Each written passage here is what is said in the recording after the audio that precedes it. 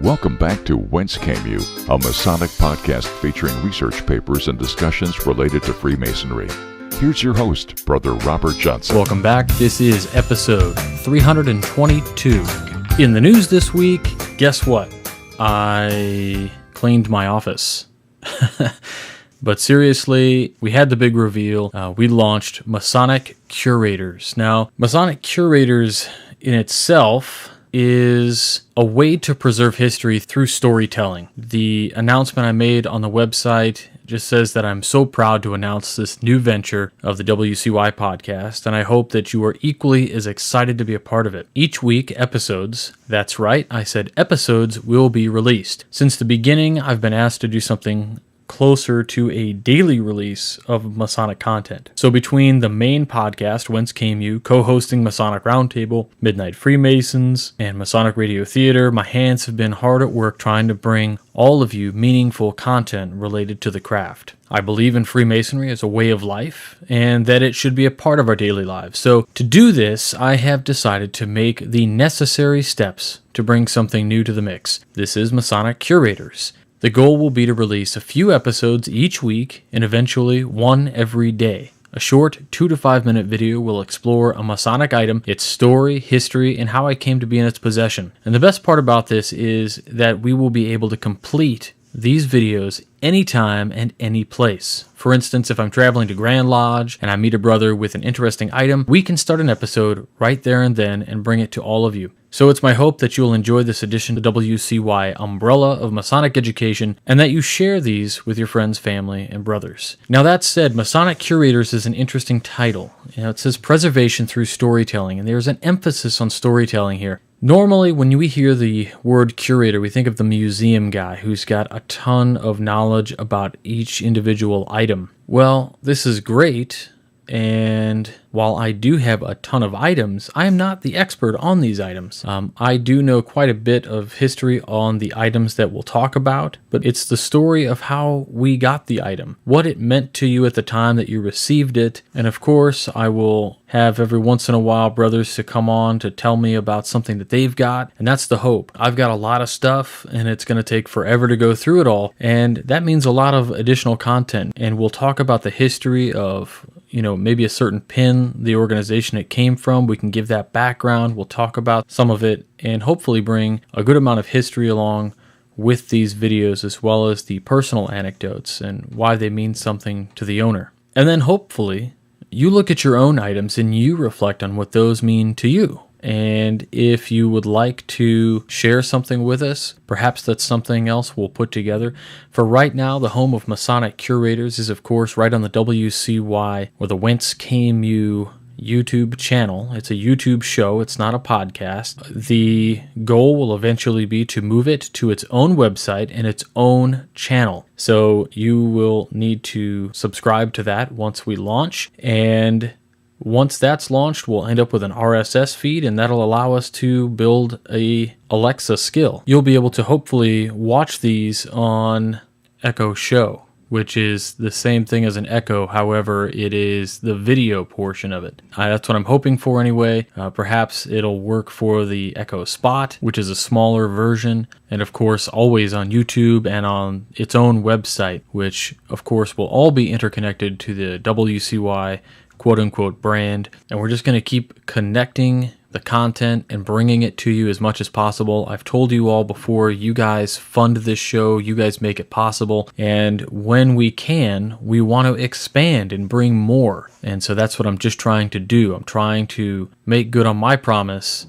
to expand Masonic education into the realm of all things, not just historical information, not just esoteric information, but also the education that comes from personal reflection. And if we can assist in that, then so be it. So I hope you all enjoy the new content and that you don't find it annoying or anything like that, which is part of the reason we are going to separate it into its own channel, its own website, so that people can pick and choose what they would like. That's all I have with Masonic news.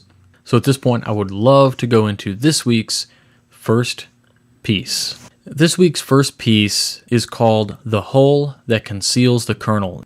And this is from the address of the Grand Master of Arkansas, Most Worshipful Ichabod J. Jordan, and it was published in Freemason's Monthly Magazine back in 1857. Let's see if it has anything pertinent to offer us and to reflect on this year in 2017. Our principal tenets are brotherly love, relief, and truth. What can be sounder and more deeply moral than our creed? What more beautiful and simple than our tenets? That institution built upon the sand we have from high authority must fall, but that which is built upon a rock resists all floods and storms, and amid crumbling empires and falling dynasties still lifts its time-honored head above the ruins, pursuing those labors of love and goodwill to the human family that have characterized Freemasonry in all cries of its existence. Dr. Oliver very truly says, quote, "There is something in Masonry deeper and better than words and signs and ceremonies, and I say that he who is content with merely knowing how to work his way into a lodge room and to pass himself as a brother will never see the real living beauties of Freemasonry, will never behold the dazzling glory of the mystic temple, its moral, its scriptural excellencies. I admit that outward defense thrown around our institution are absolutely necessary to preserve the secrets of the order from the unhallowed hands and the approach of the impostor and the unworthy, and all Masons should be perfect in a knowledge of them. But then we must bear in mind that they are but the casket that contains the precious jewel, the hull that conceals the kernel, the shell to preserve the egg. The destruction of the one is the inevitable ruin of the other. Preserve both. Masonry itself is a living, active principle, possessing both a body and a soul, as well as outward adornments. Its paraphernalia and mystic signs are but the robes that enshrine and cover its vital living principles, with which every Mason should be deeply imbued. We should all stand by and contend for the old landmarks of the order, and never recognize the existence of any power under the canopy of heaven to change those features of the Masonic ritual which mark its distinctiveness as a system and give it universality in the 3 symbolic degrees. The world may and ought to progress in the arts and sciences, in philosophy and morals, in our efforts to do good, to alleviate the sufferings of our species, to dry the widow's tears, to educate and relieve the orphan, to hush the sighs of affliction and human woe, to shelter the homeless, feed the hungry, clothe the naked, and instruct the ignorant. In all these, as the divine mission of our order, we may progress. There should be progression, but in the observance of our ritual we should be, quote-unquote, old fogies. While it behooves us to preserve the vestal vigilance, all the words, signs, and ceremonies of the ritual, we should also dig deeper for the pearls that lie concealed at the bottom, and familiarize ourselves with the great principles, and become well acquainted with those sublime doctrines so beautifully taught and illustrated by our symbols. To do this satisfactorily requires great diligence. We must not only commit to memory our lectures, but should avail ourselves of all the Masonic publications and authorized Masonic literature to which we can gain access. Time and perseverance accomplish all things, and the beauties and morals and excellencies of Masonry are only to be discovered and rightly appreciated by the industrious and diligent student. A lazy Mason is a misnomer.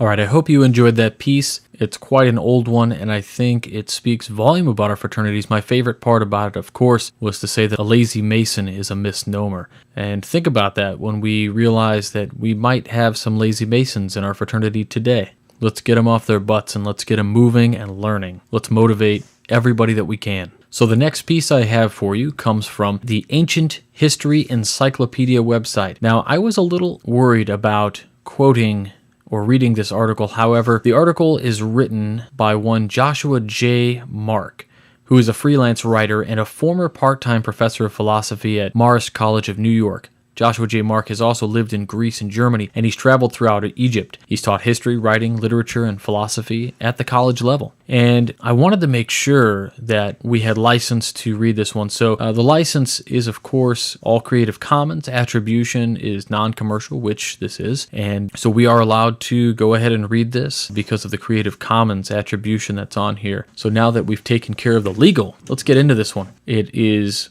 one of my favorites, and the subject of one of the upcoming episodes of Masonic Curators, the Eleusinian Mysteries, the Rites of Demeter. The Rites of Elusis, or the Eleusinian Mysteries, were the secret rituals of the mystery school of Eleusis, and were observed regularly from 1600 BCE to 392 CE. Exactly what this mystic ritual was, no one knows, but why the ancient Greeks participated in it can be understood by the testimonials of the initiated. The Eleusinian Mysteries, held each year at Eleusis, Greece, 14 miles northwest of Athens, were so important to the Greeks that, until the arrival of the Romans, the sacred way, the road from Athens to Eleusis, was the only road, not a goat path, in all of central Greece. The Mysteries celebrated the story of Demeter and Persephone, but as the initiated were sworn to secrecy on pain of death as to the details of the ritual, we do not know what form these rituals took. We do know, though, that those who participated in the Mysteries were forever changed for the better, and that they no longer feared death.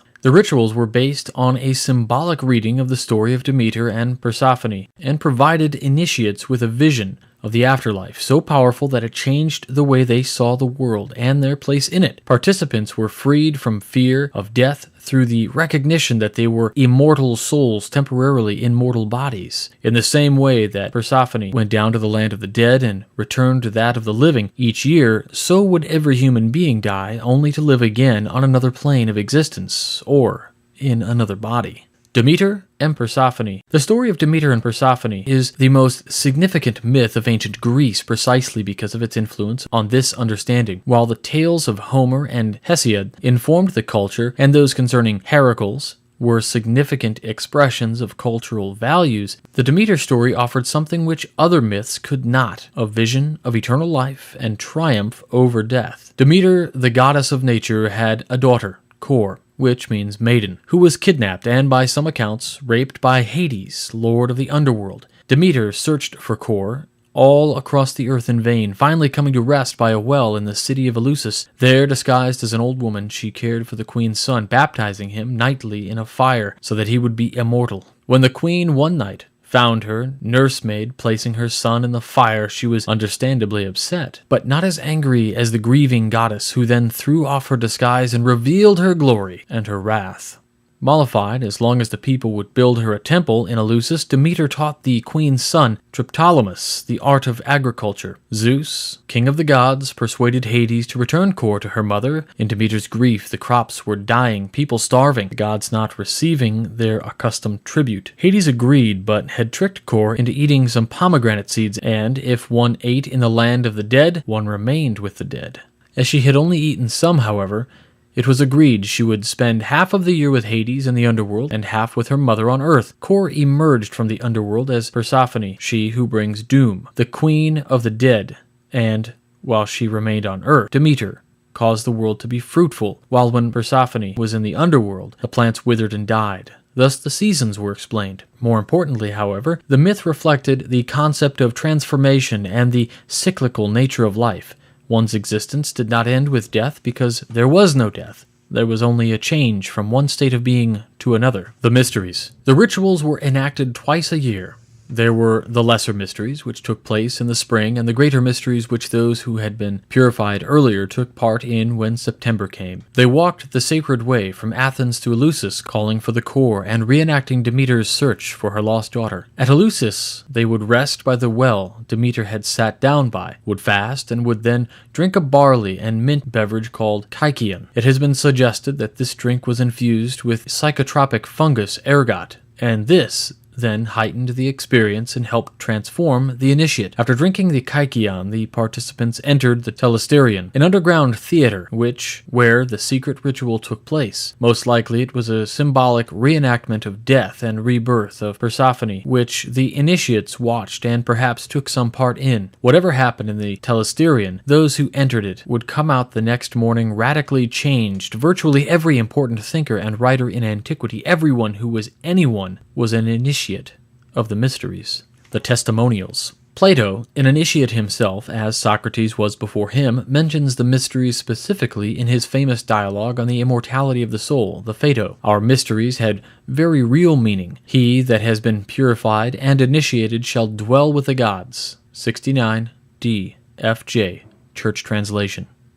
In the myth of Er, the last chapter of Plato's Republic, a warrior named Er is killed in battle, and goes to the afterlife, but unlike the others who accompany him, does not drink of the waters of the river Lethe, which would cause him to forget his life on earth and move forward into the next. Air instead comes back to life on the battlefield and tells his companions about what he saw in the next world and what death is like. He makes it clear that death is not the end of one's life, but only the beginning of another part of the journey. Interestingly, Plato never introduces this story as a myth, as a fiction, but treats it as factual account. The translation of the chapter as the myth of air has been unfortunate, as it should actually be understood as the account of a story of air. The report of air is quite probably a reflection of the vision one received from the mysteries. Plutarch, writing to his wife on the death of their daughter, says, quote, "Because of those sacred and faithful promises given in the mysteries, we hold it firmly for an undoubted truth that our soul is incorruptible and immortal. Let us behave ourselves accordingly." Hamilton 179. Further, he says, "When a man dies, he is like those who are initiated into the mysteries. Our whole life is a journey by tortuous ways without outlet. At the moment of quitting it come terrors, shuddering fear, amazement, then a light that moves to meet you, pure meadows that receive you, songs and dances and holy apparitions." Hamilton 179.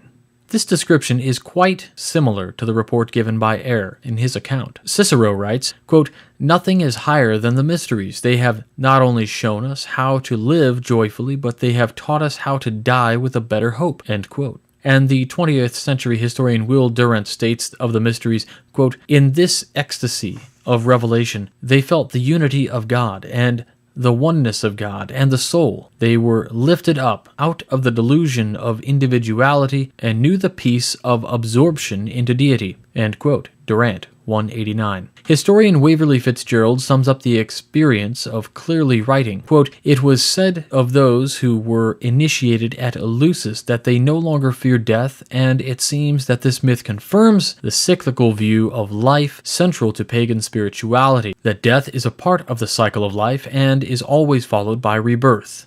End quote. Every ancient testimonial reflects this same understanding, and each has the same tone of enlightened liberation from the fear of death. Egyptian influence. Just as important was a new-found meaning to one's life. Initiates recognized that their lives had an eternal purpose and that they were not just living to die. A belief in the transmigration of the souls, reincarnation, seems to have been central to the vision of the mysteries, and this provided people with a sense of peace in that they would have another chance, many other chances, to experience life on earth in other forms. It is quite likely that the mysteries were influenced by Egyptian religious beliefs, which understood death as a transition to another phase of existence, not the end of one's life. The Egyptians had maintained this belief since at least the early dynastic period of circa 3150 to 2613 BCE. And since there was contact between the two cultures through trade, it is probable that Egyptian understanding contributed to the deeper interpretation of the Demeter and Persephone story and the vision of the mysteries. Although Egyptian belief regularly emphasized an ideal afterlife in the field of reeds, a paradise which was a mirror image of one's life on earth, it is also recognized the spiritual reality of reincarnation, as did most pre-Christian religions. Time was considered cyclical, not linear, and one could recognize the pattern of the universe through the changing seasons and understand that just as trees, grass, and flowers died in one season and returned to life in another, so would human beings. The end. The Eleusinian mysteries differed from the conventional religious practice in that initiates were expressing firsthand what others were only hearing about in the temples. The traditional worship of the gods was founded on stories told of how the universe worked, the will of the gods, and what those gods had done. The difference between this kind of religious experience and that of the mysteries would be the same as that of acting in a play compared with hearing about the performance. The actors are going to have a much different and much more meaningful experience. Even so, there is no indication that initiates looked down on the traditional religious practices or considered themselves superior. Plato most likely did, but only because he already thought he was better than his contemporaries. The mysteries were enacted for over 1,000 years, and in that time provided countless people with a higher understanding of life and what waited beyond death. The rituals were closed down by the Christian Emperor Theodosius in 392 CE, as he saw the ancient rites as inspiring resistance to Christianity and the quote-unquote truth of Christ. As Christianity gained more adherents and power, pagan rituals were systematically stamped out, although core meanings, iconography, and symbolism would be appropriated by the new faith and transformed to support the belief in Jesus Christ as the Messiah. The former sites of great pagan rituals and learning were abandoned, destroyed, or turned into churches throughout the 4th and 5th centuries CE. The Temple of Demeter and every sacred site in Eleusis was attacked by the Arian Christians, with Alaric, king of the Goths, in his invasion of 396 CE, leaving only ruins and rubble where once people of the ancient world gathered to experience viscerally the truths of life, of death, and the promise of rebirth. Again, that piece is by Joshua J. Martin, and you can read it on Ancient History Encyclopedia's website, and I'll have links to that in the show notes. All right, now comes the point in the program where I ask you to support the show. So, if you enjoy this and you enjoy the things that we're doing and putting out and sharing and keeping everything going from the beginning until now, please consider making a direct donation through PayPal on our website, wcypodcast.com. Hover over the Support the Show and click on Make a Direct Donation. There you can make a one-time donation, or you can make a monthly contribution, whether that's a contributor at $2, a fellow at $5, or a producer at $10. Basically, this is how we fund this program, and we continue to bring about all this for you, for everybody else. So when you do this, you're the producer, you help bringing this to the show. And we also have our limited edition shop. This is another way to support the show, where you actually get a little something for your little bang for your buck, rather. We have our limited edition lapel pins, which are chock full of symbolism. You can read about that on our website. We also have cufflinks, tie bars, and money clips. And we also have our Mason's Lady car decal, which are really awesome. And they're only $5. Other ways you can help support this show are by going right to our website, wcypodcast.com, or by hovering over the Get On It tab. So when you click that, you can click through these links, use the promo code WCY at checkout. You're going to get 10% off your order, which takes care of at least the shipping costs. But everything from On It is really great stuff. I love to use Alpha Brain. It's one of my favorite supplements, and I'm a big fan of Hemp Force protein. Lots of protein, plant-based. It's all vegan stuff, so you don't have to worry about anything. Whether you're a meat eater or not, from this company is just spectacular, top-notch stuff. But if you are vegan, they got you covered, because nothing has any artificial dyes or anything. Even the capsules from Alpha Brain have no dye in the capsules, so they really have given some great thought to the way they present these products. And of course, we have our Banker's Best. So buybankersbest.com, or you can click through our links, which is preferable because that's how Levi Banker knows you came to him through us. And by doing that, a little bit of the proceeds of your purchases comes back to the show, and we've got some exclusive products with him, namely the Beard Balm and Beard Oil, the King Solomon's Reserve, which is, you've heard about how beer companies will cast a beer based on an ancient recipe. Well, we casted a beard oil based on an ancient recipe. So Levi Banker did the research, he got it all together, and we've worked together to bring this, and he did all of the legwork on getting the materials and the great scents and ingredients to come together to bring this to you. So do consider checking it out. Again, just go to our website and hover over the Support the Show tab and click on any one of those ways to help support this program. Thanks in advance. Now, next, I would like to read a little bit about the festivities of the season. We have a lot of fun at Halloween time, and there's a lot of symbolism regarding Halloween. And then we move into Thanksgiving, which starts these kind of festivals, this kind of giving thanks and reflection. And that paves the way for the future period, which is the Yule time. And so I wanted to read a little bit about the Yule celebration, and perhaps will encourage you to bring a little more of the Yule tradition into your home. However, I think what you're going to realize is pretty much everything we do bring into home is the Yule tradition. So let's read a little bit, and then I'll tell you the sources. So the Yule, or the Yuletide, or Yule time, is a festival observed by historical Germanic peoples. Scholars have connected the celebration to the wild hunt, the god Odin, and the pagan Anglo-Saxon, and it later underwent a Christianized reformation resulting in the Christmastide. Terms with an etymological equivalent to Yule are used in the Nordic countries for Christmas with religious rites, but also for the holidays of the season. Today, Yule is used to a lesser extent in the English-speaking world as a synonym for Christmas. Present-day Christmas customs and traditions such as Yule, Yule log, Yule goat, Yule boar, Yule singing, and others stem from the pagan Yule. Today, the event is celebrated in a heathenry and some other forms of modern paganism. So the Yule is also heavily connected to the winter solstice. So the date of the Sabbath varies from December 20th to the 23rd, depending on the year in the Gregorian calendar. The winter solstice is celebrated at this time in the northern hemisphere. Yule, pronounced Ewell, E-W-E-E-L-L-E,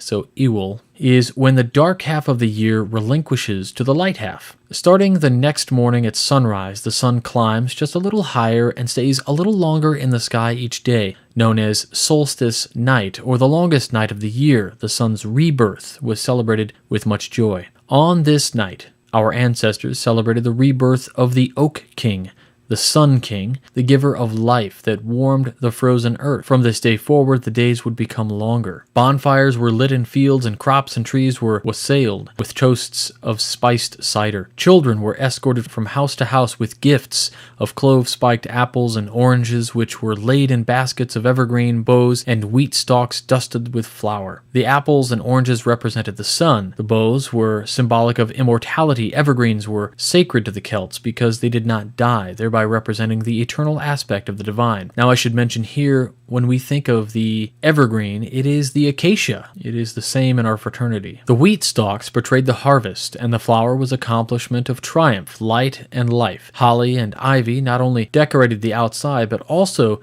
the inside of homes, in hopes that nature spirits or sprites would come and join in the celebration. A sprig of holly was kept near the door all year long as a constant invitation for good fortune to visit the residence. Mistletoe was also hung as a decoration. It represented the seed of the divine, and the midwinter, the druids would travel deep into the forest to harvest it. The ceremonial Yule log was the highlight of the solstice festival. In accordance to tradition, the log must either have been harvested from the householder's land or given as a gift. It must never have been bought. Once dragged into the house and placed into the fireplace, it was decorated in seasonal greenery, doused with cider or ale, and dusted with flour before set ablaze by a piece of last year's log, held onto just for this purpose. The log would burn throughout the night, then smolder for 12 days after before being ceremonially put out. Ash is the traditional wood of the Yule log. It is the sacred world tree of the Teutons, known as Yggdrasil. An herb of the sun, ash, brings light into the hearth at the solstice. A different type of Yule log, and perhaps one more suitable for modern practitioners, would be the type that is used as a base to hold 3 candles. Find a smaller branch of oak or pine and flatten one side so it sets upright. Drill 3 holes into the top side to hold red, green, and white, and continue to decorate with greenery.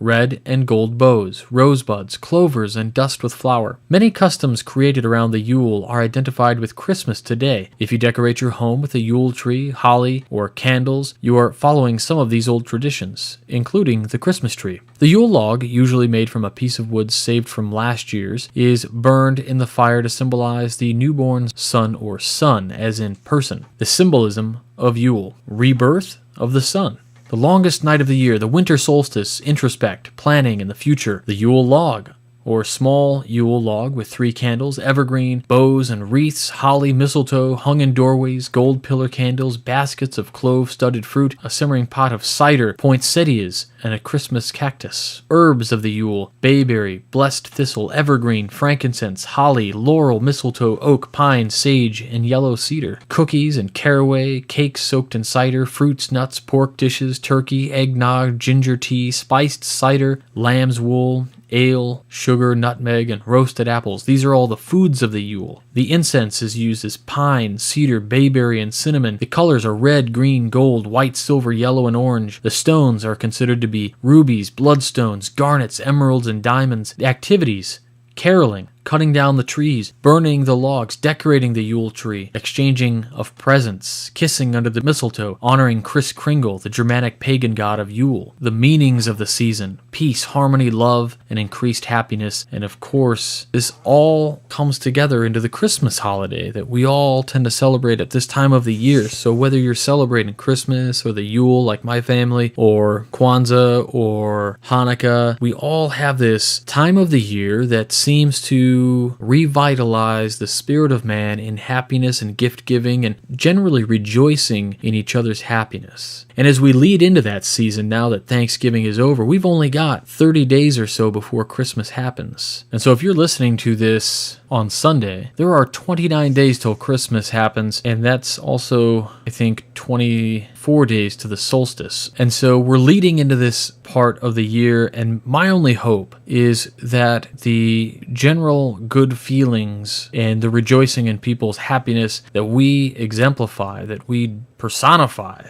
at this time of the year, I just want us to continue that well past our New Year's resolutions, well past the springtime, well past the summer solstice. I want to feel this way, and I want everybody to feel this way all the time, all year. And I think our fraternity does a really great job of that. You know, we are charged to actually rejoice in each other's successes and to be there when they need assistance. So just some things to think about as we head into the Yule season, or the Christmas season, or the Hanukkah, or Kwanzaa, or Diwali, or whatever you celebrate.